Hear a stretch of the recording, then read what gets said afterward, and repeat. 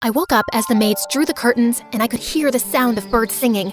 I slipped into my shimmering gown, just like Elsa's, placed delicate heels on my feet like Cinderella, and styled my hair like Rapunzel's. I looked awesome. Why wouldn't I? It was my 7th birthday after all. Whoa, I want to pinch myself. Is it for real? You look stunning, my princess. Thanks, Dad. But you remember your promise? You will rescue me if I need you to, right? Of course, sweetheart.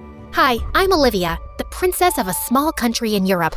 Dad threw a grand party for my birthday, and everyone was stunned to see how pretty I looked.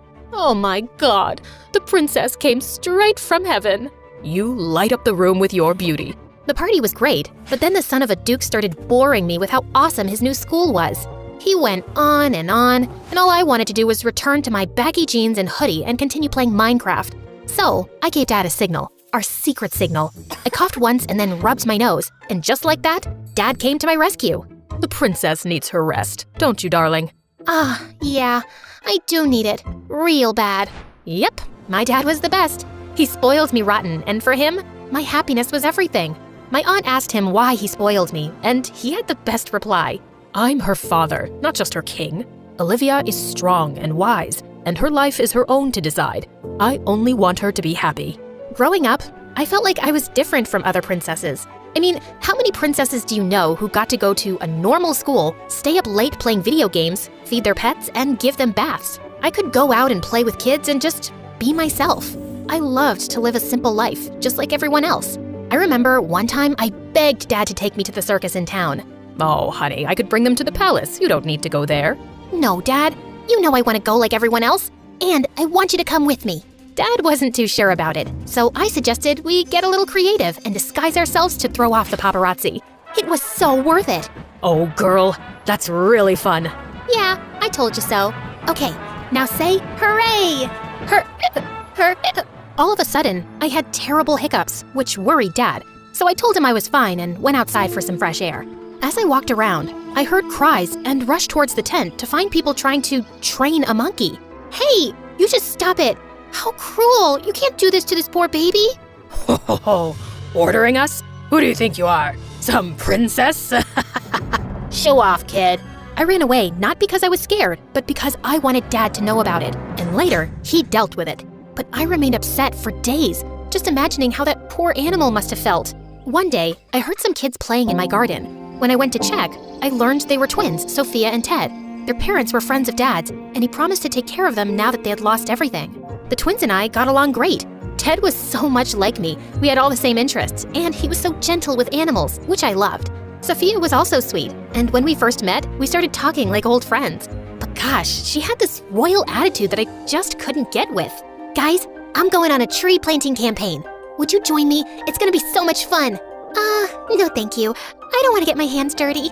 I've never done it before, but since you're doing it, it'll be interesting. I'm coming. Ted was the sweetest. My life was perfect, but when I turned 8, my hiccups became awful. And to make things worse, my eyes started to twitch. Dad was worried and took me to a doctor, and it turned out that I had Tourette's syndrome. Even though I tried my best to control the tics, sometimes I just couldn't. One time in class, I was reading a poem that felt like I was on a bumpy road. This poem, seeing how all the kids just stared at me and then some giggled, my ears turned red. It was so awkward, and I ran from the class and just wanted to hide my face. But Ted followed me. Olivia, don't sweat it. Don't let this little thing put you down. Show the world you're not scared to take on whatever comes your way. Nobody's perfect, and that's okay. He was right, and because of him, I never felt bad about myself ever again, even though the paparazzi once made a meme video of me. It did hurt me sometimes, but it's part of life. Being a princess would never be that easy. On the other hand, Ted always tried to make me happy. He gave me cards every day. That's the weirdest thing he always did. That's so cute, Ted. But nowadays, no one makes cards. But I always have time for you. You know I care about you the most. Oh, come on. That's a little overdramatic. Just because I don't make Olivia one card every day means I care less about her? And then the twins started to fight, like always. I immediately came between them and stopped them from bickering because it could easily turn into a war. When we graduated from high school, he asked what I wanted to do. I told him I wanted to go camping and explore the wild. And to my surprise, he agreed. A couple of days later, I set off on a cruise to reach a forest camping site. I went to my room to freshen up, but when I came out after taking a bath, I screamed in horror when I saw a guy lying on my bed. Who are you, and what are you doing in my room? I'm gonna call security right now. Actually, that's my line. This is my room, 206. Why don't you check it again? I marched to the door and cringed when I saw that the jerk was actually right. I'm so sorry for that. No problem. Do you need help with that? Yes, thanks a lot, jerk. I grabbed my stuff and walked to my room as everyone stared at me. I went out to the ship's deck to take a couple of pics for Instagram, but I slipped and was about to fall. Thank God someone grabbed me. It was Mark. Oh, you okay? Oh God, you're hurt. It's just a scratch. It's okay. He looked so worried and instantly pulled out his handkerchief to tie it around my arm. That was kinda cute of him. The next day we reached the campsite, and I was totally mesmerized by it. I loved the greenery and the peaceful atmosphere. Everyone had split up into pairs, and guess what? Mark ended up with me. I saw a pond and decided to refill my bottle, but then all of a sudden, Mark snatched the bottle from me. Are you crazy? No, but I'm not sure about you. Didn't you see that water snake? I was stunned. He saved me for a second time, but he kept bossing me around like he was some kind of camping and forest expert or something. It was really annoying. You packed this many clothes for a camping trip? Are you serious? Perfect. You don't have a sleeping bag? Were you thinking we'd get beds here? You can't go out of the tent without a mosquito repellent spray. You know what? I can't wrap my head around how a princess could give up all luxuries and live in the wild. You know I'm a princess? For how long have you been stalking me? Are you from the paparazzi? You some spy? Some mafia guy? Look, I know karate and I'm not afraid to kick your butt. Hey, hold on. How difficult could it be to know about a princess? You are world famous, you know. So, why are you here? I sat with Mark by the fire and told him how I had always wanted to see where animals lived freely. I talked about my love for animals and how I hated those who hurt them, how I even turned vegetarian. And it made me happy when he said he thought the same way. We stayed at the camp for 2 days, and I have to admit, Mark wasn't that bad. Yeah, he was still talkative, but I actually had an amazing time with him. But when the trip ended, we went our separate ways. After some time, I went to college, and right on the first day, I saw a familiar face. You really are a stalker. So you followed me here too? Like, oh my God, this must be my lucky day. I'll get to see you every day. Ew, so cheesy. Is he bothering you? No, he isn't. He's just naturally annoying. After that day, Mark was always around. And Ted, well, it looked like he wasn't too thrilled. Hey, Olivia, just be careful around him, yeah? Just don't be too trusting of anyone, all right? Oh, come on, Ted. Don't worry. He's a nice guy and a good friend of mine. Oh, so he's your friend now too, huh? I didn't know that. Guess you've been spending a lot of time with him, huh? Whoa, someone was jealous. But it's not like I could help it because I really started falling for Mark. I couldn't figure out why I kept smiling when he was around. When we were in the second semester, we had the assignment to make an awareness campaign, and I chose Mother Earth. Mark and I worked together on it, and soon we even created a YouTube channel educating people about animal rights and plantations. It made me so happy to teach people about it. Just a couple of days later, Ted asked me to go with him to a big business award ceremony. I didn't want to go, but he begged, and since I didn't want to break his heart, I agreed. It was boring until I spotted Mark and went to go talk to him. But I stopped in my tracks when I heard the announcer. And the award for Best Leather Supplier goes to... And then Mark went on stage with another guy who looked a lot like him. His brother. At that moment, I felt like my world had turned upside down. It was then that Ted told me how Mark's family owned a leather company that used animal skins and wood that was cut down from trees in the forest. And right then, Mark spotted me. Ted, I want to get out of here. Now. Look, Olivia, I'm sorry. I know I kept the family business a secret from you, but I was scared to lose you. How could you do this? You were never honest with me. I held Ted's hand and left. I warned you many times to stay away from him, but you didn't listen to me.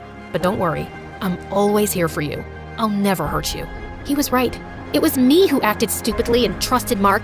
Mark tried every possible way to contact me, but I shut him out. At college, he tried to talk to me, but every time he came, Ted was standing right next to me. I so wanted to hate Mark, but my heart wouldn't let me. Ted, on the other hand, tried everything to make me happy, but nothing worked out.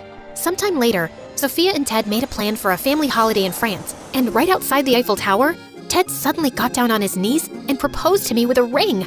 Holy moly, what is this? But my words were stuck in my throat. Right then, tons and tons of paparazzi came flooding in and flashed their cameras at us. Dad and Sophia looked at us with a smile. Ugh, it was like I had no choice but to take the ring. After that, it was like the whole country was talking about Ted and my wedding. The news spread like wildfire, and Some people even came out with merchandise with Ted and my faces on it. I was stuck. Seeing me look so worried all the time, Sophia asked me what the matter was. I lied and said everything was fine. You were never a good liar.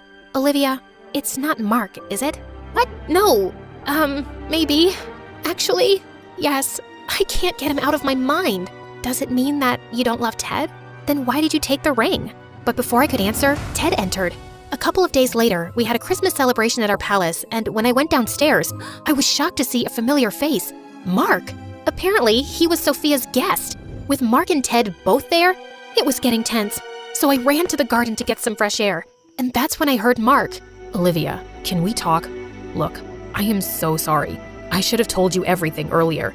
But believe me, I left my brother's company a long time ago, when I first met you. You did? Then why were you there? It's 'cause I was invited to that award function by Ted. And when my brother won the award, he asked me to go up with him, then everything turned into a mess. I think Before he could finish, someone grabbed Mark. It was Ted. What's going on? What's going on? I'll tell you, sweet princess. You're out here talking to this jerk while being engaged to me. Oh, shut up, Ted. You are the real jerk.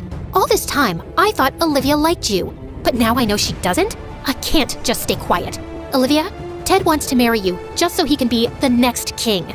He took you to that award party on purpose. He manipulated both of you. I know I should have told everyone earlier, but I couldn't. He's my brother. But now, seeing how miserable you are, I just couldn't stay quiet.